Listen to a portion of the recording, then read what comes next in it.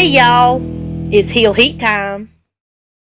Hi everybody and welcome to Heel Heat. My name is George Coles and this is going to be a Heel Heat Top 10. The topic of this Top 10? Top 10 NXT products so far. Now I'm going to preface this by saying we're going to go by guys and women who weren't named stars before coming to NXT. So guys like Kevin Owens, Sami Zayn, Finn Balor, Shinsuke Nakamura, Samoa Joe, who had made their names already all over the world, are not going to be included on the list. This is more for the people that either started in the Performance Center or may have been in lower independent companies, but not quite worldwide names yet. So in other words, most of their build has been within the WWE NXT developmental bubble.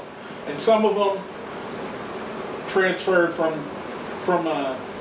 FCW to NXT. So we get a couple of them that made a lot of their strides in FCW, but still were part of NXT from the time it became the developmental territory and not the game show that it used to be. That being said, we're going to go with our number 10. Probably one of the guys with the hugest upside on this list, Baron Corbin. He's already won the Andre the Giant Memorial Battle Royal. He's already been put in big roles in big matches. It's just a matter of time before Baron wins either the SmackDown title or the Raw title. He's a guy with a bankable look. He's very believable. He keeps getting better and better. He was a guy that I absolutely didn't like a few years ago. However, through hard work, dedication, and just care about his craft, he's improved himself so much that he's someone I actively root for now. So, gotta give a guy like that kudos. If he keeps improving, the sky's the limit for him. I think there's going to be huge things in the future with Baron Corbin. Now our number 9 is part of the group I have on my shirt. Big E, formerly Big E Langston. He's already been part of the longest reigning tag team champions in WWE history. However, I think much like Corbin, the future is where Big E's going to be even huger. I think Big E's a guy that you can, once they split the New Day up, that he can be banked upon to be a world champion, to be a U.S. champion, to be an Intercontinental champion. A guy that can carry the belt, carry a promo, do their work, go on talk shows for them, and just be an interesting and fun guy.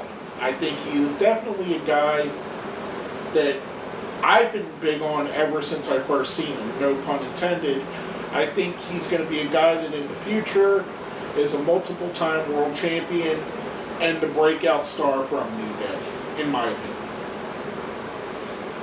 Now our number 8, our first woman on the list, but definitely not our last, Alexa Bliss. Alexa has grown leaps and bounds. She fits the heel character she plays like a glove. She's the first woman to be both Women's Champion on Raw and SmackDown, which is not a small feat if you think about it. They've only had split titles for a little over a year. So it's very, very interesting. She perfectly fits the spoiled brat, rich girl, I should get what I want gimmick that she's playing. I think she works it well. I think, much like I said with Baron Corbin, she's continuing to improve where I don't think we've seen the best Alexa Bliss yet. I think she's going to get even better. I think when the time comes, we're going to talk about her on the lines of a Trish Stratus. Someone that came in and kept improving to the point that she was one of the top stars in wrestling.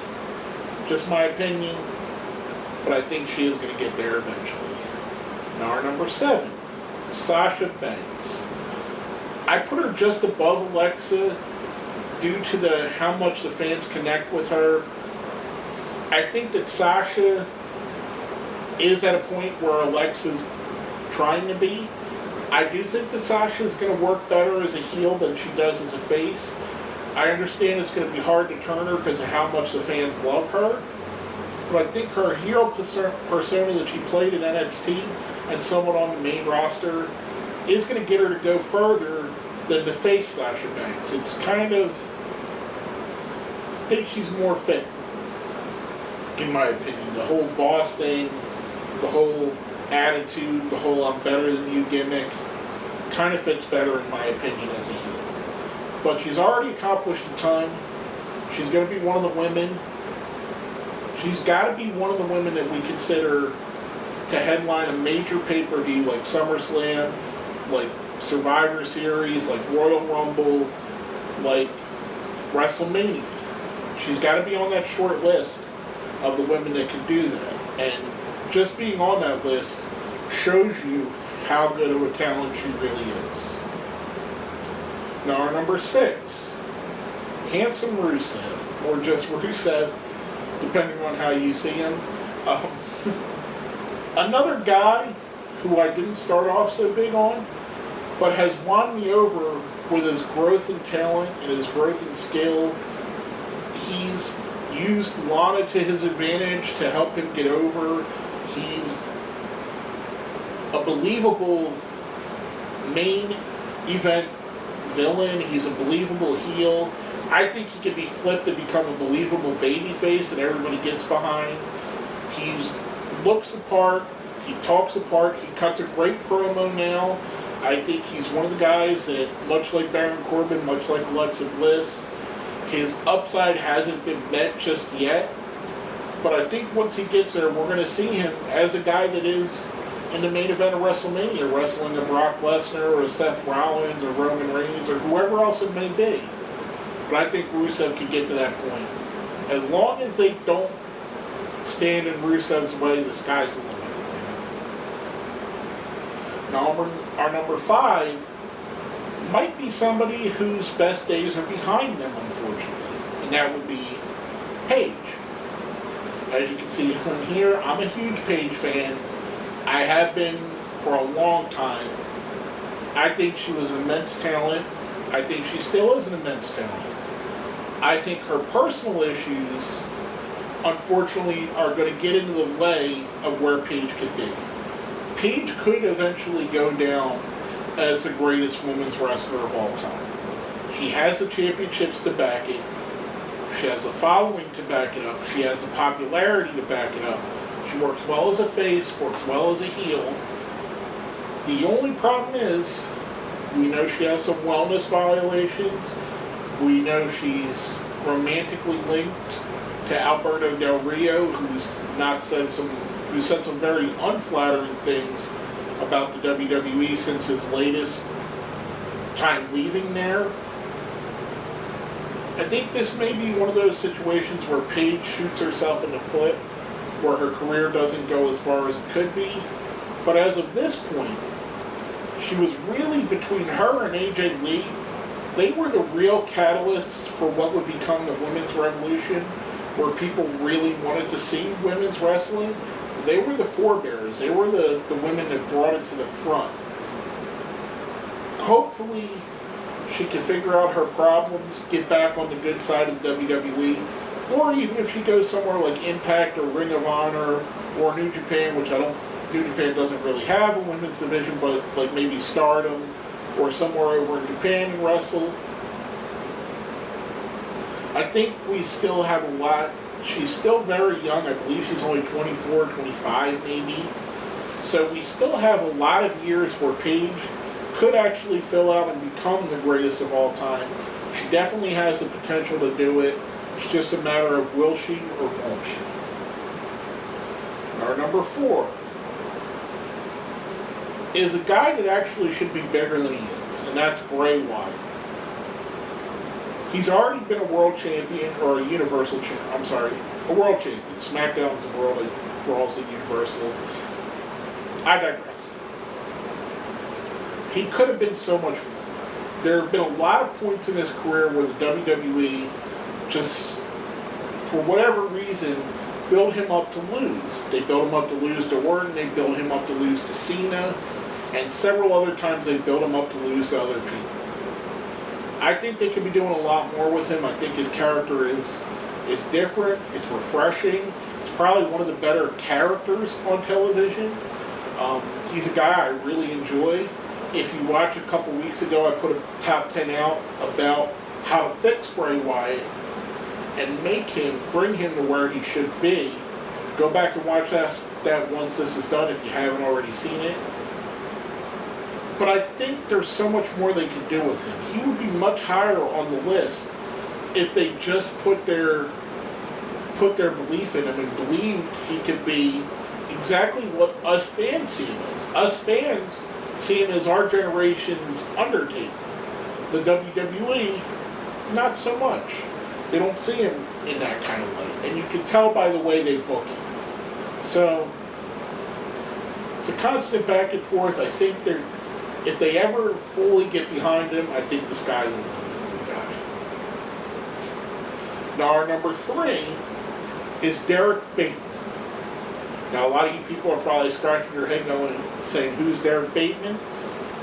He's better known as Ethan Carter III, or EC3 from Impact Wrestling. Derek Bateman was a guy who started in FCW, did the NXT challenge shows, and then moved on to NXT. Was let go because the WWE didn't see anything in him at the time. Changes his gimmick up, becomes Ethan Carter III, goes to Impact Wrestling, arguably the biggest star that Impact Wrestling has right now, one of their true drawing talents, a guy that actually gets the fans behind him, a multiple-time world champion there, had a 2-year undefeated run. I mean, EC3 is the reason why a lot of people tune into Impact and still are tuning into Impact. And if you're not tuning in to watch Impact, tune in and check out EC3 sometimes. He's a fantastic promo. He's a fantastic wrestler. I mean, he's been there with guys like Sting, Jeff Hardy, Kurt Angle, James Storm, AJ Styles, all the way up and down. All the greats that have been through TNA, especially in the last few years. And he knows he hangs right with them, and he fits perfectly. This is a guy that I feel, honestly, the WWE probably regrets letting go because he's become a huge star in TNA, and he's probably one of their bigger stars. A lot of people are probably going to give me some crap for putting him up so high here, but if you look at it, he's one of the flagships of the show. Hard to put anybody that's behind him in that same relevance because they're not flagships of Raw or SmackDown. They're not the main character on any of their shows. Bray Wyatt was for a little bit, but Ethan Carter III's been for much longer. Now our number 2, Charlotte Flair. Much like I said with Paige, Charlotte has the talent, the skill, the promo ability, the look, everything you would want in a wrestler, Charlotte Flair has. Whether it be genetically superior, having her father's genes, who arguably is the greatest wrestler of all time, he's passed it down to her. Charlotte is on a trajectory to become the greatest women's wrestler of all time. She's already got 4 championships behind her. The sky's the limit again. Much like everything I said about Paige, you can put on to Charlotte, plus the fact that she has that pedigree, and the fact that the WWE seems to want to market her as the greatest women's wrestler of all time. When it's all said and done 10 years from now, 15 years from now, whenever her career is over, we can look back and say, we really seen someone special. Someone on the lines of a Fabulous Moolah, or a Medusa / Alundra Blaze, or Akira Hokuto. Any of the great women's wrestlers, she's going to be right up in there in the discussion for greatest of all time. Now, before we get to our number 1, we're going to do a little thing we do here on our top 10s called the best of the rest. Basically, these are guys and girls that were considered for the list, but for whatever reason, just didn't make it. Hence the best of the rest. First up, Enzo Amore and Colin Cassidy. I think if they can keep these two together, they're going to be this generation's New Age Outlaws. I have a feeling they're going to break Cass off from Enzo a lot earlier than it should be, and it's going to flop. I think they're not going to have a place to put Enzo. He's going to end up being a comedy guy on the vein of R-Truth or Santino. And Cass is going to languish around kind of like a Titus O'Neil, where he's going to get pushes that get stunted and restarted and stopped, but never ever truly reach their potential. Whereas if they keep them together, I think they can be multiple-time tag champions, a tag team much like I said, like the New Age Outlaws, like some of the other tag teams that were just there for entertainment, like New Day. They could be a team that entertains the crowd without necessarily being technically the great tag team that we are used to. But they are great talents. And I think they could be used as such. Next up, we have Becky Lynch, the last of the four horsewomen, or actually the third of the four horsewomen. Becky is someone who is probably always going to be in the shadow of Sasha and Charlotte, but she's always going to be a solid, reliable, kind of like the Victoria, Mickie James role, where she's not necessarily the face of the women's division. However, you can put the title on her, you can put big feuds on her, and she's going to pull it off, and she's going to deliver every time. I don't think she's going to be able to reach the levels of Charlotte, Paige, and others, but like I said, she's always going to be kind of like Natalya is right now. That reliable woman that you could always put the belt on, put a feud on, and she's going to go far with it. Next up, the fourth of the four horsewomen, jumped the gun a bit there, Bayley. Bayley probably would have made the top 10 in my opinion. I think she has the hugest upside of pretty much anybody on the roster. The problem is, since her debut on the main roster, I don't think they really know what to do with her. She's kind of languished. To me, I think they're going to not know what to do with her. They're going to give up on the push, and she's going to go and be relished to a comedy character, to a role, like I said, with Enzo and Cass. She's going to be in a role like a Santino, there to entertain the kids, but not really ever taken seriously. Unfortunately. But to me, she has a potential just like everybody on here. I think she could be the female John Cena. Which, who wouldn't want that? She's a marketing gold mine just ready to be tapped. And I don't think they quite know how to tap into it. Last but not least on our best of the rest, CJ Parker, aka Juice Robinson. Here's a guy who was absolutely languishing in NXT, asked for his release, went to New Japan Pro Wrestling, became Juice Robinson, and has soared through the rankings in New Japan.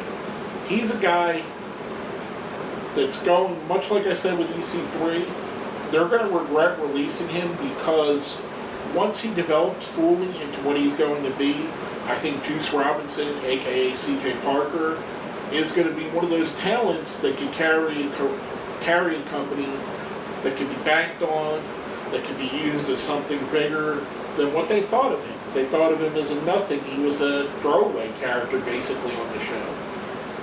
But now he's made himself a contender for the Intercontinental title in New Japan. He's made himself a star over there, all pretty much on his own. Maybe one day he'll come back. I don't know though. If I were him, I'd stay over there and just keep milking and becoming a huge star. Basically, that's what I have for the best of the rest. Now, before I get into number one, if you think I've left something off the list altogether, put someone up too high, someone down too low, let me know what you think. Hit us up in the comments, hit us up on Facebook, hit us up on Twitter. Make sure you like and share this video. Get it out there for everybody to see. And we're going to go right into our number one, Roman Reigns. I know there's a lot of heat coming back. I feel it already. I know a lot of you guys hate Roman, but it's hard to argue that he's the most successful homegrown NXT talent. The guy's main evented 3 WrestleManias in a row. He's won the Royal Rumble. He's a multiple-time world champion. He's the focal point of Monday Night Raw, whether you like it or not. And he's a guy that they seem to be banking their next 10 years on. He's the horse that they're going to ride. And whether you like him or not, I don't think he's as bad as a lot of people do. I do think there's better options. However, he's the option that they see. He's the option that they want as their champion, as their representative. Hard to argue that when you have the backing of the WWE and the backing of Vince McMahon. How can I say that you're not the biggest star that TNA's produced when they're marketing you as such? When you headline 3 WrestleManias in a row, you're the biggest star they have. When you retire The Undertaker, they're marketing you as the biggest star they have. They're marketing you as the next Hulk Hogan, the next John Cena, the next Stone Cold, the next Bruno Sammartino. He's the guy going forward, whether you love him or hate him. He's the biggest talent to come out of NXT so far.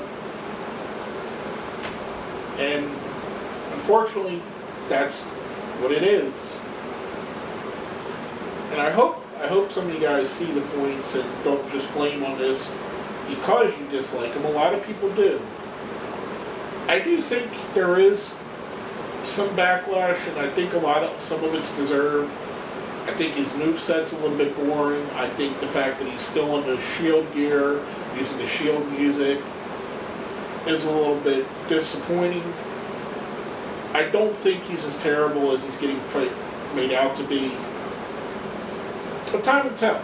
We'll see. Maybe in 5 years when I do this again, maybe someone will pass him. Maybe it'll be EC3. Maybe it'll be Bray Wyatt.